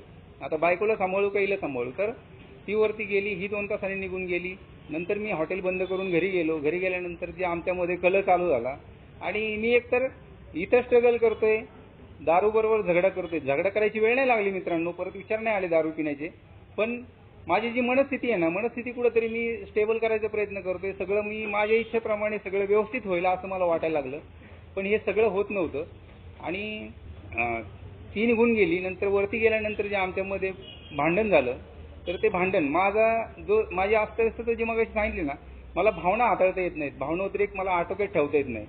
म्हणजे मी कितीही चांगला वागायचा प्रयत्न केला ना, तर त्याच्या विरुद्ध जर मला आहे ना, माझ्या मनासारखं किंवा मग माझ्या याच्या पलीकडे गेलं ना, माझ्या सहनशक्तीच्या पलीकडे, तर मग मी कोणाचा राहत नाही मित्रांनो. आणि त्या क्षणाला एवढी कडाक्याची भांडणं झाली. तर त्या भांडणामध्ये ना शिवीगाळ वगैरे झाले आमच्यामध्ये. आणि मी एक बायकोच्या कानाखाली वाजवली. तिने डायरेक्ट मला तिकडनं बूट मारलं, ते तोंडावर लागला तिथं पडलेला. आणि मग अजून माझ्यामध्ये चीड निर्माण झाली. बायको मला जर बूट मारते फेकून वगैरे, तर मी कशाचाही विचार न करताय ना, तिला अक्षरशः रक्त निघेपर्यंत, मी कुठून तरी रक्त निघालं होतं दातातून कशातून मला माहिती नाही, पण रक्त लागलेलं होतं माझ्या हाताला. आणि आहे त्या कपड्यांविषयी मुलांना, बायकोला घराच्या बाहेर काढलं मित्रांनो. म्हणजे मला ज्या माझ्या भावना आहेत ना, त्या हाताळता येत नाही. माझा राग, खुन्नस, चीड इथं सांगितले. नंतर मी 4-5 पायरीमध्ये मी ज्यावेळेस माझा आढावा घेतला ना, तो माझ्यासाठी ना प्रथम क्रमांकाचा गुन्हेगार सांगितले मित्रांनो. आणि त्याचा प्रत्यय मला तिथं आला आणि घराच्या बाहेर काढलं. मला परत तोंड दाखवू नका म्हटलं. माझ्या आयुष्यामध्ये तुम्ही पणवतीये म्हटलं. पूर्ण आयुष्याची वाट लागलेली आहे, काही चांगलं झालेलं नाही वगैरे. आणि अशा आविर्भावामध्ये आणि एमध्ये येतोय मी इथं. आध्यात्मिक मला आजार समजून सांगतात ते, मला माझ्या विचारांवरती काम करायला, माझ्या स्वभाव दोषांवरती काम करायला सांगतात ते. पण मी काय ऐकायच्या भूमिकेमध्ये नव्हतं मित्रांनो. त्यांना आहे त्या स्थितीमध्ये घराच्या बाहेर काढलं. आणि बाहेर काढल्यानंतर 1-2 दिवस मला बरं वाटलं. गेली, बरं झालं, कीड गेली म्हटलं. आणि आता आयुष्यात परत मी म्हणजे फार सोडचिट्टी वगैरे असे माझ्या विचारांची म्हणजे चक्र चालू झाले. आणि मी सुटलो म्हणले यांच्यामधून. पण 2 दिवसानंतर हार्डली, कारण की दारू थांबलेली होती. मध्ये येत होतो, शेअरिंग ऐकत होतो. बसल्यानंतर जो त्रासलेला, वैतागलेला, असमाधानी काही बांधवांना दिसत होतो. माझं मलाही जाणवत होतं. तर काय झाले वगैरे काही बांधव म्हणतही होते. काहींना मी शेअर केलं. म्हणजे इथं जर मी माझ्या भावना व्यक्त केल्या ना, तर मला बरं वाटतं. तर कुणीतरी माझा निकटवर्ती जवळचा असतो, कुणी इनिशियल असतो, ज्याने मला घेऊन आलेला असतो, ज्याच्याबरोबर माझे चांगले संबंध असतात, त्याच्याशी मी शेअर करतो मित्रांनो. आजही करतो, काही प्रॉब्लेम झाले तरी. तर मी ते शेअर काही बांधवांबरोबर केलं होतं. काही ठिकाणी मला ग्रुपमध्ये शेअरिंग भेटलं, तिथं सुद्धा मी हे शेअर केलं होतं. आणि त्याच्यावरती मग उपाययोजना ज्या सांगितल्या गेलेल्या आहेत, त्या उपाययोजना सांगेल मी नंतर मित्रांनो. कारण की हे बांधव कुठंतरी त्यांच्या अनुभवातून सांगत होते उपाय, मी काय केलं किंवा असं करू नको, हे योग्य नाही वगैरे. म्हणजे थोडे दिवस थांब, राग तुला शांत होऊ दे वगैरे, जाऊ दे थोडे दिवस त्यांचा राग शांत होऊ दे, असं काही त्यांच्या अनुभवातून सांगत होते. पण मला 2 दिवसानंतर जाणीव झाली की नाही राव, आपण केलं ते चूक केलं म्हणलं, योग्य नाही आहे वगैरे. आणि परत तो जो प्रकार चालू होता, तिकडे मॅनेज कसं करायचं, इकडे सगळं तिला शेअर केलं मी, असं असं झालं आणि घराच्या बाहेर काढलं आणि आता आपण एकत्र राहू वगैरे, हे सगळं चाललेलं होतं. पण 2 दिवसानंतर ही जाणीव झाली की नाही, हे योग्य नाही आहे. तर त्या 2 दिवसानंतर आहे ना, शेवटचा काय जो हॉटेलचं चांगलंही हॉटेल चालायला लागलेलं होतं, बायको गेली. नंतर अजून एक बाई, जी पूर्वी माझ्याकडे चपाती बनवायला बाई होती, तिला मी बोलवलं. परत आम्ही दोघेजण ते चालू केलं, म्हणजे हॉटेल पूर्ववत. बायको गेली, तुझी काय गरज नाही वगैरे. तर मग कुठंतरी मला जाणीव व्हायला लागली, राव हे काय चाललंय. आणि तशामध्ये त्यांना हॉटेल परत थोडंसं स्टँड घ्यायला लागलेलं. मी एकटाच राहत होतो, माझं कुटुंब माझ्याबरोबर नव्हतं. आणि अशामध्येच मित्रांनो लॉकडाऊन पडलं. पूर्ण धंद्याची वाट लागलेली अगोदरच, कुठंतरी उभारीला यायला लागलेला आणि लॉकडाऊन पडलं. त्याच्यात कुटुंब बरोबर नाही, आर्थिक अस्ताव्यस्तता पूर्ण झालेली, खायच्या पैशाचे वांदे, आणि अशामध्ये लॉकडाऊन पडल्यानंतर करायचं काय? पण मित्रांनो, इथं मीटिंग काही अंशी शेवटच्या काळामध्ये माझ्या हॉटेलमध्ये सुद्धा 2-3 मीटिंग घेतलेल्या आहेत. म्हणजे चोरून त्यावेळेस आहे ना सगळं बंद केलं होतं. मकरंद वगैरे माहिती आहे, आलेलं आहे मकरंद. तर त्यावेळेस आहे ना तिथे काही ठिकाणी 4-5 मीटिंग घेतल्या आणि नंतर डायरेक्ट लॉकडाऊन झालं. कुटुंब बरोबर नाही, खायचे वांदे, करायचं काय? आणि त्या संतापामध्ये ना मी लगेच त्या दुसऱ्या दिवशी माझी रूम, मी भाड्याने राहत होतो ना त्या बिल्डिंगमध्ये, ती रूम खाली केली होती. गावाला नेऊन सामान टाकलेलं होतं. त्या हॉटेलमध्ये त्याला नाही खिडकी ना काही, एवढ्याच ह्या डायस एवढीच मोरी असेल मित्रांनो, ती छोटं हॉटेल होतं. आणि त्याच्यामध्ये मी आहे ना ते आंघोळ करायचो. आंघोळ करताना असं इकडे तिकडे जर हात केला तर त्या भिंतीचे सगळे खडे लागायचे वाळूचे. अशा अवस्थेमध्ये ना म्हटलं ठीक आहे, आता काय हरकत नाही, देवाची इच्छा म्हणलं, आणि जे होईल ते होईल. आता याच्या पुढे ना आपण आपली इच्छा चालवायची नाही किंवा काही वादविवाद घालायचे नाही, टाळायचे वादविवाद म्हटलं. आणि काहीच करू शकत नव्हतं. नातेसंबंध सगळे बिघडलेले होते. आई वडील जवळ करत नव्हते, भाऊ जवळ, कोणी जवळ करत नव्हतं मित्रांनो. ज्या ठिकाणी मी राहत होतो तिथं सुद्धा मी मगाशी म्हटल्याप्रमाणे सामाजिक जी प्रवृत्ती आहे माझी, ती मी समाजामध्ये जपत नसल्यामुळे ना तिथे सुद्धा एकेकाळचा मामा जो होता, मला मामा म्हणायचे सगळे, कारण की हॉटेलमध्ये एका वेटरनी माझं नाव मामा पाडलं होतं. तोच मामा काही काळानंतर 90 मामा झाला मित्रांनो. 90 म्हणायला लागले मला. तर काय त्या समाजामध्ये प्रतिष्ठा राहणार? आणि कोणी विचारत नव्हतं. पण ज्या बिल्डिंगमध्ये राहत होतो, भाड्याने हॉटेल होतं, राहत होतो, तर त्या बिल्डिंगचा मालक मित्रांनो, कारण की मी माझे जिथे आहे ना मला काहीतरी प्रॉब्लेम येतात आणि जिथं मी म्हणजे माझे आर्थिक व्यवहार व्हायचे ना, भाडं वगैरे माझं डिले व्हायचं, कधी काय प्रॉब्लेम यायचे, तर मी देणं घेणं वगैरे असायचं, किंवा मी खोटं बोलून किंवा काहीतरी एखाद्या वेळेस कर्ज काढून एक्स्ट्रा एखाद्या महिन्याचं भाडं द्यायचो. तर असा विश्वास संपादन केला होता. तर त्या माणसाने मित्रांनो मला ती संधी दिली. म्हणले ठीक आहे, थोड्या दिवसात वगैरे लॉकडाऊन उघडल, थोडं थांबा म्हणले, तुम्हाला मी भाड्याला वगैरे थांबतो वगैरे. असं केलं, कारण की धंदा थोडा परत पूर्ववत व्हायला लागला होता. मलाही आशा होती की आता होईल लॉकडाऊन खोलेल वगैरे, पण ते काही खोलायच्या मार्गावरती नव्हतं. 4 महिन्यानंतर डायरेक्ट हॉटेलच बंद करावं लागलं. ते हॉटेलही बंद केलं. तोपर्यंत 4 महिने मी लॉकडाऊनमध्ये त्या हॉटेलमध्ये त्या अवस्थेमध्ये तिथेच बनवायचो. थोडंफार जे काही राशन पाणी होतं त्याप्रमाणे मी चाललेलं. काही दिवस तो जागा मालक मला डबा घेऊन यायचा, आणि हॉटेलही सोडल्यानंतर रोडवरती आलो. लॉकडाऊनमध्ये काय करणार? तर त्यांनीच मला म्हटलं, वरती जी रूम तुम्ही खाली केलेली आहे तिथे झोपत जावं म्हणला. कारण की मी सगळं शेअर केलेलं होतं, माझं जवळून बघितलं होतं त्यांनी. जसं मी हे बांधवाला माझ्या सगळ्या गोष्टी शेअर करतो, तसं तो माझा एक निकटवर्ती होता. मी करायचो बिनधास्त त्याला शेअर, कारण की त्यांनी जवळून बघितलेलं होतं सगळं. तर मला त्यांनी थोडीशी मदत केली की बाबा तू तिथे झोपत जा. काही बांधव मला खायला घेऊन यायचे. तो बांधव ज्यांनी मला घेऊन आला ते सतत माझ्याबरोबर असायचं मित्रांनो. आणि त्या रूममध्ये आम्ही मग दिवस रात्र तिथेच असायचो. लॉकडाऊनमध्ये मग ऑनलाईन मीटिंग असतील किंवा कोणाशी फोनवरती बोलणं असेल, ते चालू झालं मित्रांनो. जे शेअरिंगमध्ये ऐकत होतो, स्पॉन्सर घ्यायला पाहिजे, 12 पायऱ्या समजून घ्यायला पाहिजे. तर ह्याचा कुठंतरी थोडा अवेअरनेस आला. आणि मित्रांनो, स्पॉन्सरबरोबर मी 12 पायऱ्यांचा कार्यक्रम सुरू केला. कुटुंब माझं दुरावलेलं होतं. ज्या मुलांबरोबर आहे ना ज्या मुलांना मी जन्म दिला आहे त्यांच्याबरोबर त्यांच्या लहानपणी मी खेळलोय, बागडलोय, सगळ्या काही गोष्टी त्यांच्या लहानपणी काळजी घेतलेली आहे. पण ज्यावेळेस मी मुलं 6वी 7वीला गेल्यानंतर त्यांच्याकडे काहीही बघितलेलं नाही, आणि माझ्या ज्या स्वैराचारामुळे त्यांच्या मनामध्ये जी खुन्नस बापाबद्दल निर्माण झालेली, ती कशी मी घालू शकतो? तर त्या मित्रांनो, त्या क्षणाला मी ज्यावेळेस बाहेर काढलेलं होतं ना, त्याच्यानंतर काही अंशी त्यांनी सुद्धा मला आहे ना मेला म्हणून घोषित केला असेल, तुझी काही गरज नाही आम्हाला, तू आमच्या आयुष्यामध्ये. मी जसं त्यांना म्हणलं तुम्ही पनवती आहे, तर तेही तसंच काही अंशी त्यांनी मला रिपीट दिला असेल. तर मुलांनी अक्षरशः माझे नंबर ब्लॉक केले होते, कोणाशीही बोलणं होत नव्हतं, आणि मी आतमधून रडत होतो मित्रांनो. काय करायचं काही समजत नव्हतं. आणि मध्ये येऊन जवळजवळ 1.25 वर्ष झालेलं होतं. 1 वर्षाचं टोकन माझ्या फॅमिलीतून घेतलं होतं मी, आणि त्याच्यानंतर हा प्रकार झाला होता. आत्महत्या करायचे विचार यायला लागले. एकटा होतो लॉकडाऊनमध्ये, पण मी मुळातच भीतीग्रस्त. विचार यायचे पण कृती नाही झाली मित्रांनो. कारण की त्या परमेश्वराचं काहीतरी नियोजन असेल. तर थांबलो, कोणाला तरी फोन करायचो, तो बांधव यायचा, एक चंद्रपूरचा बांधव, तोही माझ्याकडे यायचा तिथं, आणि इकडे राहिला होता तो. आणि जवळून म्हणजे ऑनलाईन मिटिंग असल्यामुळे असं वाटायचं सगळे जवळच आहेत, आणि सेपरेट रूम असल्यामुळे बिंदास बोलणं वगैरे, सगळं चर्चा वगैरे व्यवस्थित व्हायला लागली. टाईमच टाईम होता, दुसरं काही कामधंदा नव्हता. तर त्यावेळेस मी अल्कोहोलिक्स अनोनिमसचा जो 12 पायऱ्यांचा कार्यक्रम दिलेला आहे उपाययोजनांसाठी, तर तो कार्यक्रम समजून घेतला मित्रांनो. त्याच्यामध्ये मी ज्यावेळेस 4थी-5वी पायरी घेतली, 4थी-5वी पायरी घेतल्यानंतर माझे जे काय खुर्शीच्या याच्यामध्ये जे काय माझी नावं होती, त्याच्यामध्ये ज्याच्यावरती माझी खुन्नस नाही पाहिजे, ज्यांनी मला सांभाळले झेललेले, त्याच लोकांवरती माझ्या खुर्शी जास्त होत्या. आणि त्याचे परिणाम असे झाले की मला ज्यावेळेस सांगितलं स्पॉन्सरनी की बाबा हे सगळं तुला करावं लागेल त्या 5वी पायरीमध्ये, तर मी घेतलं ते. ज्यावेळेस खुन्नस बघितली, माझी लैंगिकता बघितली, भीता बघितल्या, ज्यावेळेस मी कोणाला दुखावलेले, ह्या सगळ्या गोष्टींची मी ज्यावेळेस पडताळणी केली ना, की माझे चांगले आणि वाईट जे स्वभाव दोष आहेत, त्या सगळ्या गोष्टींचा मी आढावा घेतल्यानंतर आहे ना, मला ज्यावेळेस दुसऱ्या पार्टमध्ये जाणवलं की खरोखर मला स्पॉन्सरनी सांगितलेले आता हे सगळं झालेलं आहे या गोष्टींमुळं किंवा ह्या लोकांमुळं, तर मग आता तुझ्यामुळं काय झालेलं आहे त्या सगळ्या गोष्टींचं तू आता थोडंसं विसरून जा. कारण की मला पहिलेच एक आठ सांगितलेली होती की प्रामाणिकपणे तुला ह्या पायऱ्या घ्याव्या लागतील किंवा तुला जे काय आतमधलं आहे ती गरज किंवा ते प्रामाणिकपणे तुला सांगावं लागेल. तर मित्रांनो, मी सगळं लिहून काढलेलं होतं आणि जे 5व्या पायरीमध्ये मी ते शेअर केलेलं होतं. तर तो प्रामाणिकपणा कुठेतरी होता, कारण की मी प्रामाणिकपणे जर नाही घेतलं तर मी मला फसवू शकतो आणि मला तर फसवतच होतो आणि अजून फसवलं असतं आणि त्या स्पॉन्सरला फसवलं असतं, पण त्या परमेश्वराला नाही फसवू शकत मित्रांनो. त्या परमेश्वराला सगळं माहिती मी काय कांड केलेले आहेत, काय करून आलेलो आहे.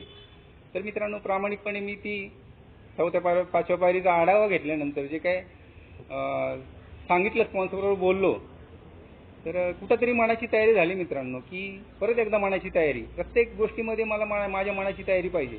तर मी परत एकदा माझ्या मनाची तयारी झाली की बाबा खरोखर म्हणजे हे मला गरजेचं आहे, याच्यावर मला काम केलं गेलं पाहिजे. आणि भरपूर असे काही स्वभावदोष निघाले माझे की ज्याचा मी कधी विचारही केला नव्हता. माझा अख्खा जीवनपट मला बॅकलॉग, मला म्हणजे जसं रिवाइंड कॅसेट होतं ना, तसं अल्कोहोलिक्स अनोनिमस आहे ना, मला रिवाइंड कॅसेट करायला सांगितलं 12 पायऱ्यांच्या माध्यमातून.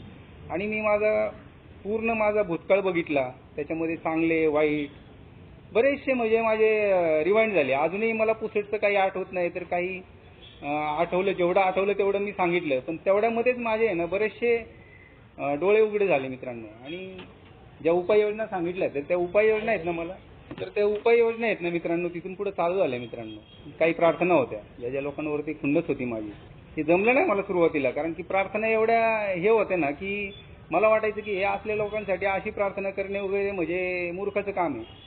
तर ज्या व्यक्तींवरती माझी खुन्नस आहे त्यांना चांगलं आयुष्य, धन संपदा समृद्धी लाभू दे, मला माझ्याकडून जे काही हवं आहे ना ते पण मला त्यांना मिळू दे, असं प्रार्थना देवाकडे करायची. हे कसं शक्य आहे मित्रांनो, मी म्हटलं. पण सुरुवातीला थोडंसं अवघड गेलं.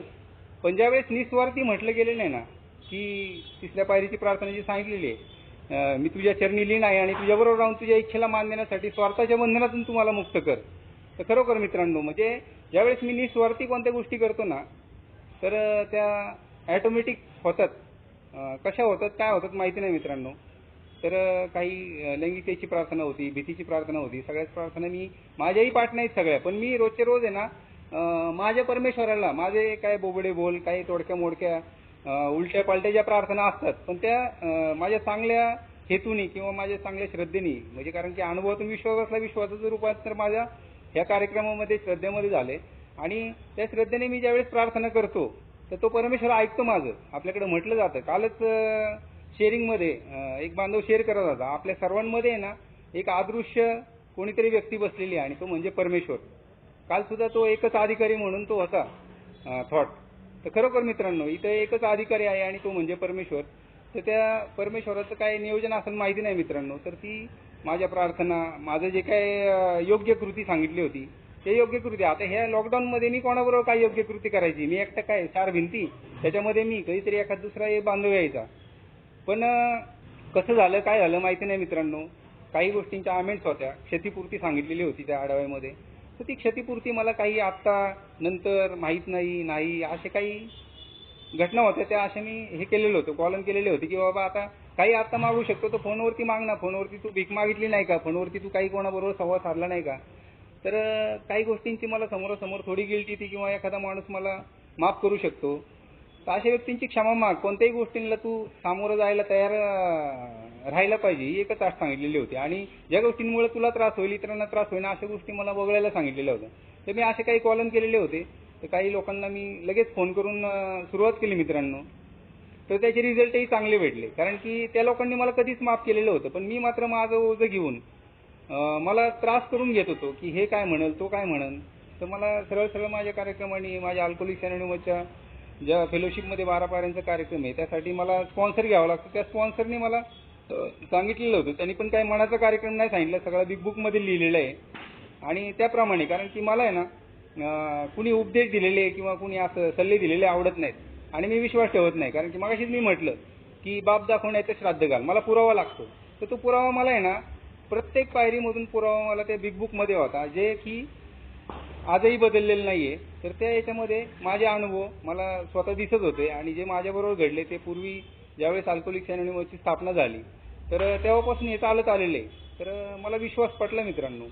तर ते सगळं त्याच्यामध्ये मला सांगितल्याप्रमाणे मी सगळं करत होतो. त्या उपाययोजना मी अप्लाय करायला लागलो माझ्या जीवनामध्ये. जसं मगाशी म्हटलं मी प्रार्थनेप्रमाणे किंवा ह्या पायऱ्यांच्या ज्या माध्यमातून जे मला हे सांगितलेले आमेन सांगितलेले आहेत त्याप्रमाणे मी करायला लागलो मित्रांनो. हळूहळू ह्या सगळे बदल कसे झाले मला माहिती नाही. तर कुटुंब बरोबर नाही आहे, कुणी बरोबर नाही आहे, मी एकटा आहे.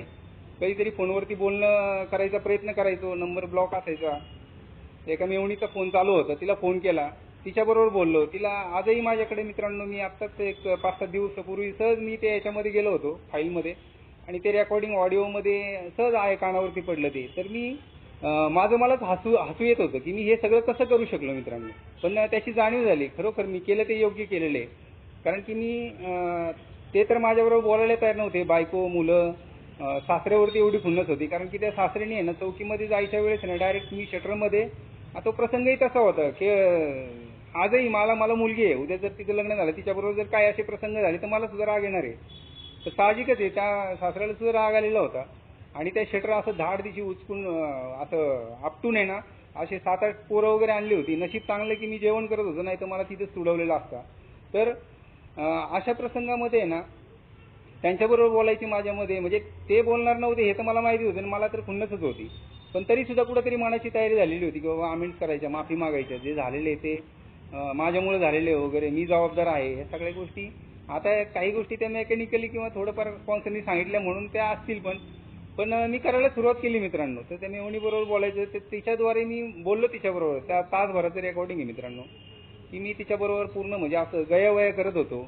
झाल्या त्या चुका माझ्याकडून झालेल्या आहे वगैरे, असं तसं मुलांना सांग बोलायला, ते नंबर ब्लॉक केलेले कार्ड वगैरे, किंवा तिच्याकडे फोन दे, मुलीकडे फोन दे, मुलाकडे फोन दे, पण कुणीही घेत नव्हतं. तर हा काळ आहे ना मित्रांनो, मध्ये येत होतो, सोबर होतो. सोबर लय मोठा शब्द आहे, फक्त दारूपासून लांब होतो. आणि हे सगळे प्रकार घडलेले होते अगोदर, त्याला कारणीभूत मी होतो. कुटुंब जवळजवळ त्या 4 महिन्यानंतर मला ते कुठंतरी जाणीव झाली. त्या पायऱ्यांचा कार्यक्रम सुरू केला आणि कुटुंब 1 वर्ष माझ्याबरोबर नव्हतं मित्रांनो. आणि लॉकडाऊन, त्याच्यामध्ये काय करायचं काही समजत नव्हतं. त्याच्यामध्येच माझा जो कार्यक्रम दिल्याप्रमाणे जो रोजचे रोज माझी प्रार्थना, मी कधी देवाला, जसं मगाशी मकरंदी म्हणलं की नास्तिक प्रकार, मी आस्तिक होतो पण पूर्ण नंतर नास्तिक झालेलो होतो. मला देवाबद्दल खुन्नस होती, राग होती, अक्षरशः शिव्या द्यायचो, माझं वाटोळं केलं, माझ्या जीवनामध्ये काही चांगलं नाही घडलेलं, तुझ्यामुळे झालेलं आहे. तर सगळं ब्लेम गेम करत होतं. मी देवाला सुद्धा दोष दिलेले आहेत मित्रांनो. त्या दोषांच्या यादीमध्ये देव सुद्धा आलेले होते माझ्या. तर ज्यावेळेस मी प्रार्थना करत होतो आणि त्या प्रार्थनेच्या माध्यमातून म्हणा किंवा कोणत्या गोष्टीमधून काय ते परमेश्वराचं नियोजन असं माहिती नाही, तर ते कसं काय त्यांच्यापर्यंत कुठंतरी त्यांना देवानेच बुद्धी दिली म्हणा. आणि थोडं हळूहळू बोलणं चालू व्हायला लागलं. एक दिवशी मुलीचा मला फोन आला मित्रांनो. मी भारावून गेलो. म्हटलं कुठंतरी काय देवाचं नियोजन असेल माहिती नाही म्हणलं, आणि त्या मुलीबरोबर बोललो. अक्षरशः मी आहे ना रडलो त्या मुलीबरोबर. आणि शेवटी मुलीचं अंतःकरण, बाप आणि मुलगीचं नातं जरा वेगळंच असतं म्हणतात, आणि ते असतंच मित्रांनो. तिला कुठंतरी हे झालं आणि ठीक आहे पप्पा, नका तुम्ही काळजी करू वगैरे. आणि मी येते म्हणली. मी म्हणलं मी घ्यायला येतो तुला, कारण की लॉकडाऊनमध्ये इकडे तिकडे जाऊन देत नव्हते कुठं. म्हटलं तू नको येऊ, मी घ्यायला येतो वगैरे. आणि मग मी तिला घ्यायला गेलो, मुलगीला घेऊन आलो. दुसऱ्या दिवशी मुलीचा बर्थडे होता. त्या रूममध्ये सगळं घर सामान वगैरे सगळं खाली, म्हणजे हॉटेलचं सामान होतं फक्त थोडंफार, ते पण काही शिफ्ट केलेलं होतं गावाला. खाण्यापिण्यापुरती काहीतरी 4-5 भांडी होती, त्याच्यावरती माझा उदरनिर्वाह चाललेला होता मित्रांनो. त्या मुलीला घेऊन आलो. त्यांना हे माहितीही नव्हतं रूम खाली केलेली वगैरे. ते आल्यानंतर म्हटले सगळं सामान वगैरे, म्हटलं नाही सगळं तिकडे शिफ्ट केले, आणि ते भाडं वगैरे वाचवायचं म्हणून मी परत तिथेही खोटं बोललो. थोडं राग आला म्हणून मी खाली केलं हे नाही सांगितलं. आणि तिचा बर्थडे आम्ही तिघांनी मिळून साजरा केला मित्रांनो. त्याच्यानंतर हळूहळू मग ते गेले, लगेच थांबले नाही माझ्याबरोबर. ते गेले. परत गेल्यानंतर म्हटलं मम्मीला वगैरे व्यवस्थित समजून सांग, ती ऐकतच नाही वगैरे, असं सगळ्या गोष्टी चाललेल्या होत्या. कारण की तिच्या मनामध्ये राग, खुन्नस ते सगळं भरलेलं होतं ना. कारण की मग अशी उल्लेख केला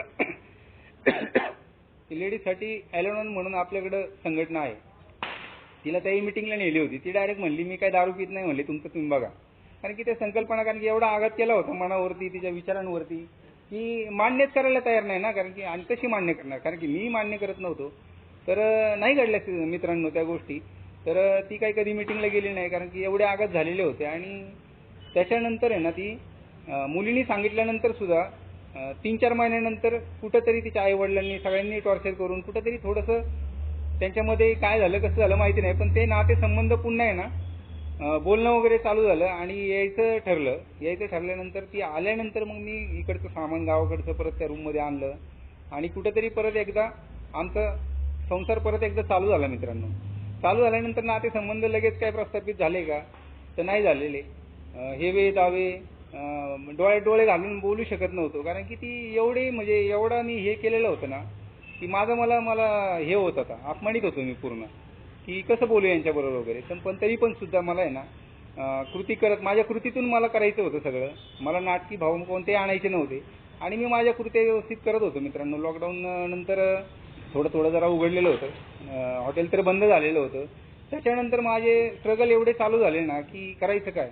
मग आता कुटुंबाची जबाबदारी, जसं मग अशी म्हटलं मी सुरक्षा प्रवृत्ती, तर ते मला योग्य सुरक्षा प्रवृत्ती मला योग्य प्रकारे कसं मला त्याचं नियोजन किंवा ते माझ्या गरजा मागण्यांमध्ये कसं कन्वर्ट करायचं, कसे पैसे कमवायचे, काय करायचं, प्रामाणिकपणे कसं मला काम करायचं, ह्या सगळ्या गोष्टी मी शिकलो होतो मित्रांनो. कुठंतरी थोडंसं माझ्यामध्ये आवेर आलं होतं आणि करायला लागलो मित्रांनो. पण करायची इच्छा होती, पण करायचं काय, कारण की लॉकडाऊन थोडंसं शिथिल झालेलं होतं, पूर्ण उघडलेलं नव्हतं. कामधंदा कोणता करायचा. ज्या पार्टनरबरोबर मी याच्यामध्ये फॅब्रिकेशन व्यवसायामध्ये पार्टनरशिपमध्ये काम करायचो, त्यांनी जागा घेऊन आहे ना बिल्डिंगचं काम चालू होतं त्याचं लॉकडाऊनमध्ये. त्याच्याकडे मी गेलो, त्याला म्हटलं मला काहीतरी काम दे. तर अक्षरशः त्याचं आहे ना बांधकाम चाललेलं होतं. तो म्हटलं ठीक आहे, तू इथं सुपरवायझर वगैरे देखरेख थोडीफार कर. म्हटलं किती सिमेंटच्या गोण्या आल्या, विटा आल्या, हे सगळं नोट डाऊन कर आणि मला रिपोर्टिंग करत जा वगैरे. तो तिथं नसायचा, बारामतीला असायचा. तर मी जॉईन झालो मित्रांनो. त्याच्याकडून माझी एवढी अवहेलना व्हायची की एकेकाळी आम्ही आहे ना एवढी आईश केलेली दोघांनी मिळून. एका दिवशी आम्ही 5,000-10,000 रुपये खर्च केलेले एकत्र. आणि त्याला सुद्धा मीच कारणीभूत होतो, कारण की मला त्याला प्रमाणात पिता येत होती, मला पिता येत नव्हती. त्यामुळे मला त्यांनी हळूच असं बाजूला काढलेलं होतं व्यवसायातून. आणि ही माझी अवस्था करून घेतली होती मित्रांनो मी. आणि त्याच्यानंतर आहे ना त्याच्याकडे मी कामाला गेलो. कामाला गेल्यानंतर आहे ना त्यांनी मला थोडंसं एक 8-10 दिवस थोडासा दर्जा दिला चांगल्या प्रकारे, जे काय मला काम दिलं त्याप्रमाणे. पण नंतर आहे ना तो मला थोडंसं असं काहीतरी वेगळं म्हणजे मालकी स्वभावामध्ये बोलायला लागला. माझं मन खच्ची झालं कुठेतरी. पण मला वाटलं की नाही राव, आपल्याला काम केलं पाहिजे. अपमान सगळ्या गोष्टी सहन करावं लागणार आहे, स्वीकार करावं लागणार आहे. आणि मित्रांनो त्याचा मी स्वीकार करायला लागलो. अक्षरशः आहे ना बांधकामावरती पाणी मारणे, कधी सिमेंटही सुद्धा मी कालवलेले एखाद्या बिगारी नसं आला तर. कारण की मला प्रामाणिकपणा करायला लागलो की एकदम अति टोकाचा प्रामाणिकपणा, की मला वाटायचं की मी असं काही केलं नंतर मला काहीतरी वेगळी शाब्बासकी किंवा काहीतरी वेगळं मला. तसं तर माझा हेतूच नव्हता, फक्त मला काम पाहिजे होतं. माझा हेतू फक्त प्रामाणिक होता की मला काम पाहिजे आणि हे काम मला गमवायचं नाही. तर तिथून काही सपोर्ट भेटला. तर असं स्ट्रगल मित्रांनो चालू झालं. माहिती नाही, दुसरा एक बांधव होता, तो पण कन्स्ट्रक्शन रिलेटेड काम करत होता. त्याच्याबरोबर फिरायचं, कुठं काम मिळतं का. अक्षरशः त्या नाक्यावरती सुद्धा जायची माझी तयारी होती. एकेकाळचा चांगला वेल सेटल 10 लोक हाताखाली काम करून घेणारा माणूस, तो एवढा याच्यामध्ये गेल्यानंतर एवढ्या सगळ्या गोष्टी स्वीकारतोय आणि त्या करायला तयार आहे मनापासून. तर ह्या गोष्टी कुठून आल्या मित्रांनो. तर ह्या ज्या काही उपाययोजना हळूहळू मी चालू केल्यानंतर ह्याचे मला रिझल्टही चांगले भेटले मित्रांनो. त्याच्यानंतर मला हळूहळू एक असे स्टेप बाय स्टेप कामं भेटत गेली. नंतर परत व्यवसाय धंद्यामध्ये आलो. माझं ॲल्युमिनियम स्लायडिंगमध्ये ज्या मालकाच्या ठिकाणी मी माझं हॉटेल आणि घर होतं, तर त्यातच ॲल्युमिनियम स्लायडिंग विंडोचा व्यवसाय होता. काही दिवसापूर्वी मी फॅब्रिकेशन करत होतो, मला थोडंसं नॉलेज होतं. म्हणून त्यांनी मला म्हणले की माझ्याबरोबर तुम्ही बाहेरून काम आणा, तुम्हाला 50% वगैरे देतो. तर मी ओळखी असल्यामुळे, लोकल असल्यामुळे त्या ठिकाणचा मी काम आणायला लागलो. मला त्याच्यातून पैसे भेटायला लागले. मीटिंग करत होतो, 12 पाऱ्यांचा कार्यक्रम, जसं जमल तसा मला माझ्या जीवनामध्ये अप्लाय करायचा होता. मला काही मी पूर्णत्वाला जाणार नाहीये, पण मला जसं सांगितलं होतं काही गोष्टी चुकत होतो, शिकत होतो. चुका आणि शिका मला इथं थोडंसं समर्थन भेटल्यानंतर मी तशा पद्धतीमध्ये मी करायचोय मित्रांनो. चुकांमधून भरपूर शिकलेलो आहे. आणि पुन्हा एकदा व्यवस्थितपणे सगळे हे चालू झालं माझं कुटुंबाबरोबर सर्वायवल. पण हा जो माझा लैंगिकता पार्ट होता हेही चालू होतं बाहेरून, काय हेही चालू होतं आणि हे कुठंतरी म्हणजे थोडंसं हे झालेलं होतं, कमी झालेलं होतं आणि त्याच्यातून मला जाणवत होतं की नाही हे पूर्ण कमी करायला पाहिजे. पण मी भीतीग्रस्त होतो कारण की काही आर्थिक व्यवहार होते ते जर पूर्ण नाही केले तर काही करू शकते समोरची व्यक्ती, म्हणून मी त्या अंशी मी काहीतरी त्याच्याबरोबर राहत होतो. पण मला मान्य नव्हतं आणि मी थांबायला लागलो मित्रांनो काही दिवसानंतर की बोलायला, म्हणजे मला नाही म्हणायला जमत नाही. मी काही गोष्टी बोलायला लागलो, काही येतील ते परिणाम मी सामोरे मी तयारी होती माझी. आणि मी एक दिवशी म्हटलं मित्रांनो तिला की आपलं कुठंतरी थांबलं पाहिजे आणि असं तसं. तर कुठंतरी ते शक्य झालं. राग आला, थोडा भांडणं झाली आमच्यामध्ये, पण ते मित्रांनो थांबल्यानंतर आज गेली 7 महिने झाले आमच्यामध्ये संवाद नाही होते अजिबात. काय ते आहे तसं थांबलेलं आहे. त्यामुळं घरामध्ये वातावरण चांगलं आहे. काही आर्थिक व्यवहार होते, ते आर्थिक व्यवहार मी पूर्ण केले देवाच्या कृपेने. म्हणजे भरपूर माझे अनुभव एवढे डेंजर आहेत ना की कोरोनाच्या काळामध्ये वडील गेले, नंतर भाऊ गेला, काही आर्थिक व्यवहार झालेले होते वडिलांचे शेतीविषयक, तर त्याचे काही नंतर कॉम्प्रोमाइज करून काही पैसे आल्यानंतर ते आमच्या भावांमध्ये पण वाद झाले. नंतर आई एकटी पडलेली आहे. पण मला कुठंतरी ह्या कार्यक्रमाने शिकवलेलं आहे की सुवर्णमध्य साधायला, आणि मी प्रयत्न करतो मित्रांनो. कार्यावरची कसरत असते कधी कधी, पण हा कार्यक्रम मला स्टेबल ठेवतो आणि त्याच्यातून हे नातेसंबंध सुधारले. आर्थिक असुरक्षितता जी होती, जी आपल्याकडे सांगितली आर्थिक असुरक्षिततेची भीती हळूहळू नाहीशी होईल. तर मित्रांनो कसं झालं काय झालं माहिती नाही आहे. व्यवसाय धंदा व्यवस्थित चालल्यानंतर हे काही दिवसानंतर पैसे आले, तर ते आर्थिक व्यवहार माझे जे काही अमेंट्स होते आर्थिक ते पूर्ण झाले. जे भावनिक होते ते बऱ्यापैकी चालू आहे. अजून माझ्या कृतीतून करायचा प्रयत्न करतोय. मी दाखवत नाही आता की मी कसा आहे किंवा कसा वागतोय हे, तर ते त्यांना सांगायची गरज पडत नाही मित्रांनो. त्याची पोचपावती त्यांच्याकडून भेटते. आज घरामध्ये नातेसंबंध सुरळीत आहेत. आई एकटी आहे, तिच्याबरोबर मी चांगल्या प्रकारे नातेसंबंध ठेवतोय. कुटुंबाबरोबर संबंध आहेत आणि आज व्यवस्थित चाललंय मित्रांनो. बोलायसारखं खूप आहे. आता कुठं असं वाटायला लागलं होतं की बरंच आठवायला लागलं तर बोलायची संधी दिली श्रद्धा समूहाने. थँक्यू, धन्यवाद.